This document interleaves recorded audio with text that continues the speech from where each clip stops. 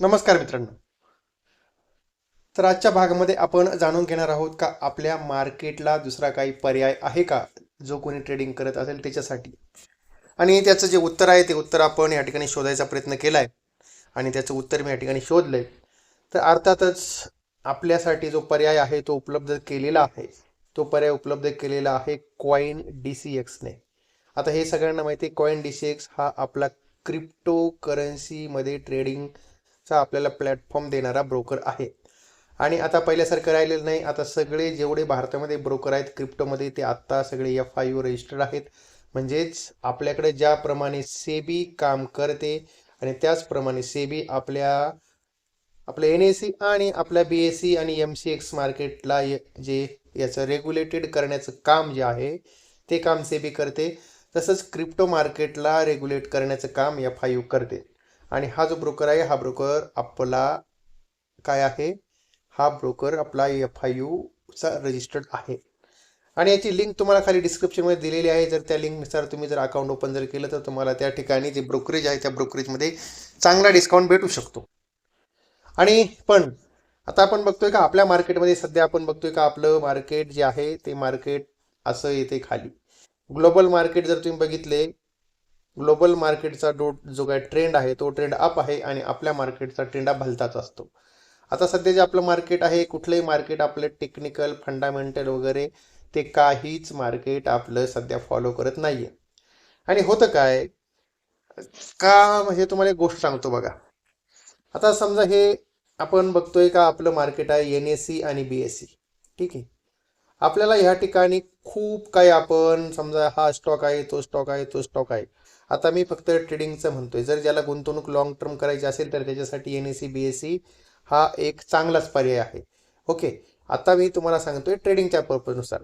तर काय होतं, तुम्हाला ह्या ठिकाणी असेट जे आहेत ते असेट भरपूर असतात. म्हणजे खूप वेगवेगळ्या कंपन्या असतात, त्यामुळे मन आपलं याच्यात घेऊ का त्याच्यात घेऊ का त्याच्यात घेऊ असं होतं.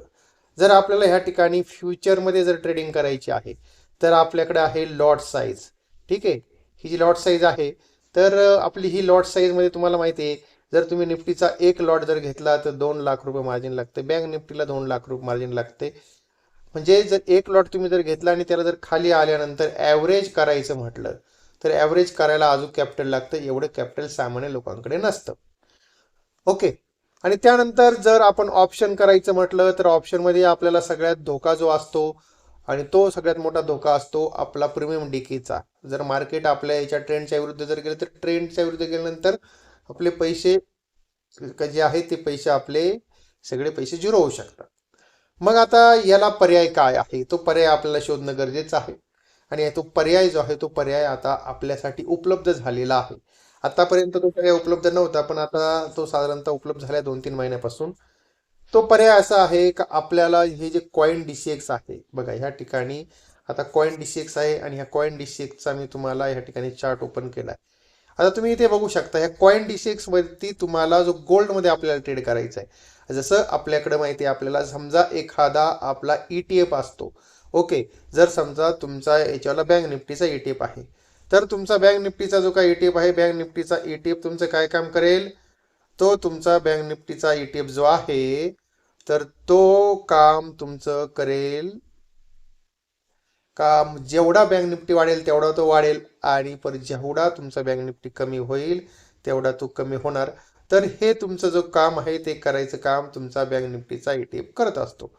सेम त्याच प्रकारे, फक्त इथे तुम्हाला आता तो बँक निफ्टीचा ETF आपण कॅशमध्ये घेतो. आता इथे तुम्हाला हा जो घ्यायचा आहे तो तुम्हाला ह्या ठिकाणी फ्युचरमध्ये घ्यायचा आहे. फ्युचरमध्ये घ्यायचा आहे. आता हा जो आहे बघा, हा PAXG म्हणून आहे. तर हा प्युअरली गोल्ड बेस हा त्या ठिकाणी कॉइन आहे. आता आपल्याला माहिती आहे क्रिप्टोमध्ये काय असतात, कॉइन असतात. क्रिप्टोमध्ये कॉइन असतात आणि आपल्याकडे काय असतात, आपल्याकडे शेअर्स असतात. आपल्याकडे असतात शेअर्स आणि क्रिप्टोमध्ये कॉइन असतात. तर हा फरक आहे. आता याच्यामध्ये हा जो कॉइन आहे, इथे बघा, हा जो कॉइन आहे, हा प्युअरली जो आहे तो प्युअरली आपल्या या बेसवरती आहे. कोणत्या बेसवरती उपलब्ध आहे, तो आपल्या गोल्डवरती हा प्युअरली हा कॉइन साधारणतः त्यावरती डिपेंड आहे. तर म्हणजे गोल्ड जेवढा वाढणार तेवढा तो वाढणार, गोल्ड जेवढा कमी होणार तेवढा तो कमी होणार. आता याचं नाव आहे PAXG आणि USDT, म्हणजे हा याच्या डॉलरमध्ये कन्व्हर्जन आहे.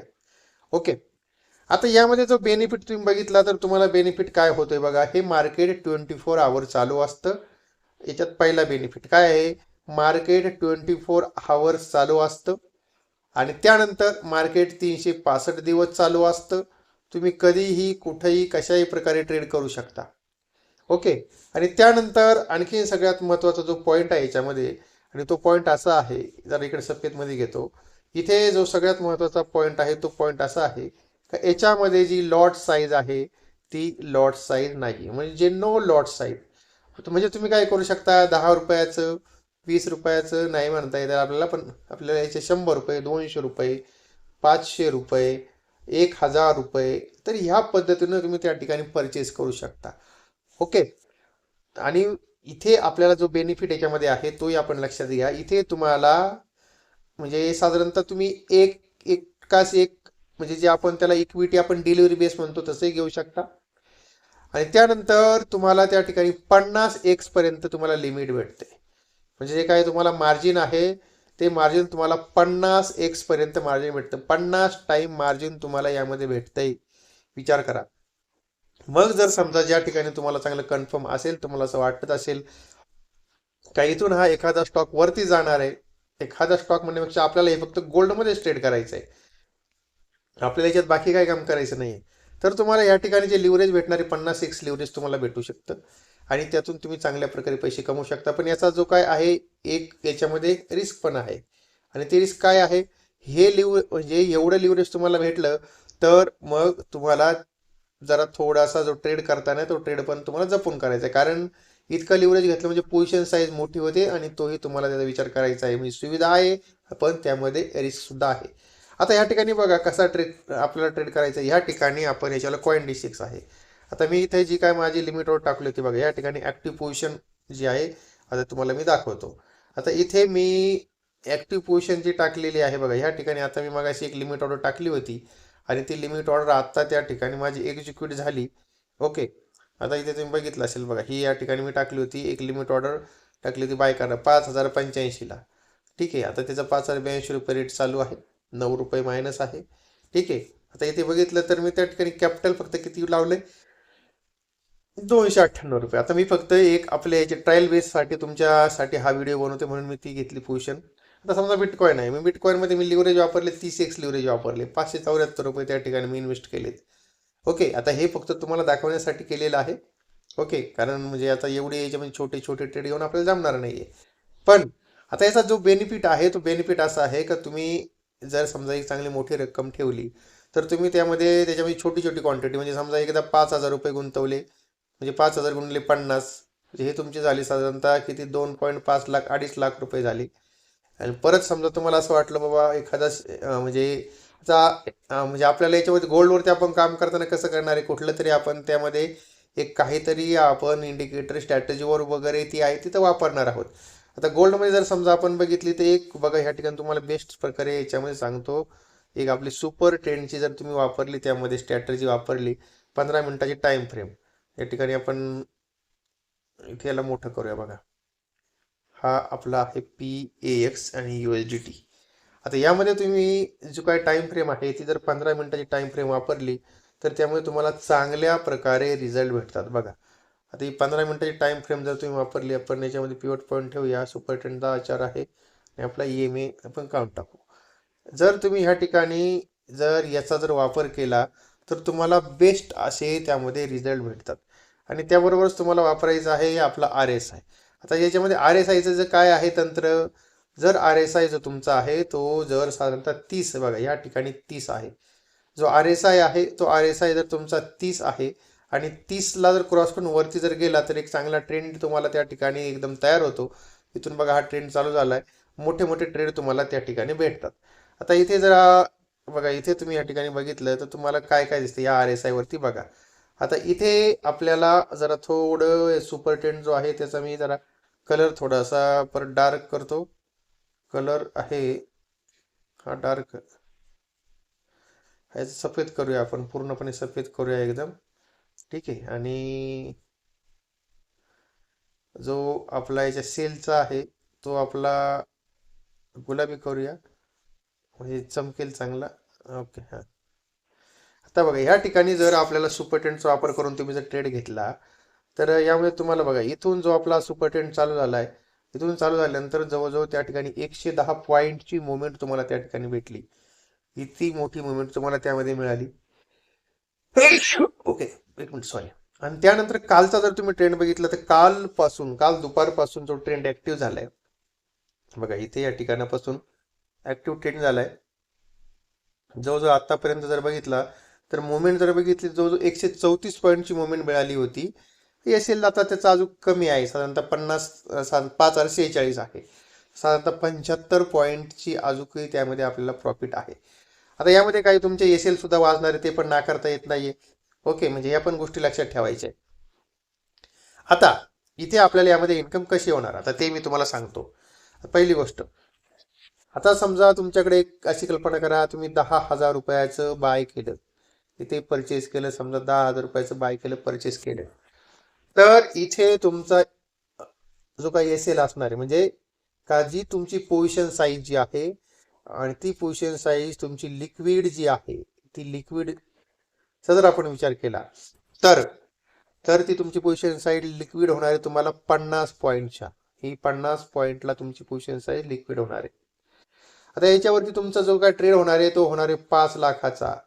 इथे तुम्हाला जे ब्रोकरेज जाणार आहे ते ब्रोकरेज तुम्हाला 112 रुपये ब्रोकरेज घेण्यासाठी आणि 112 रुपये ब्रोकरेज तुम्हाला हे सेलिंग करण्यासाठी, म्हणजे 224 रुपये तुमचं ब्रोकरेज जाईल.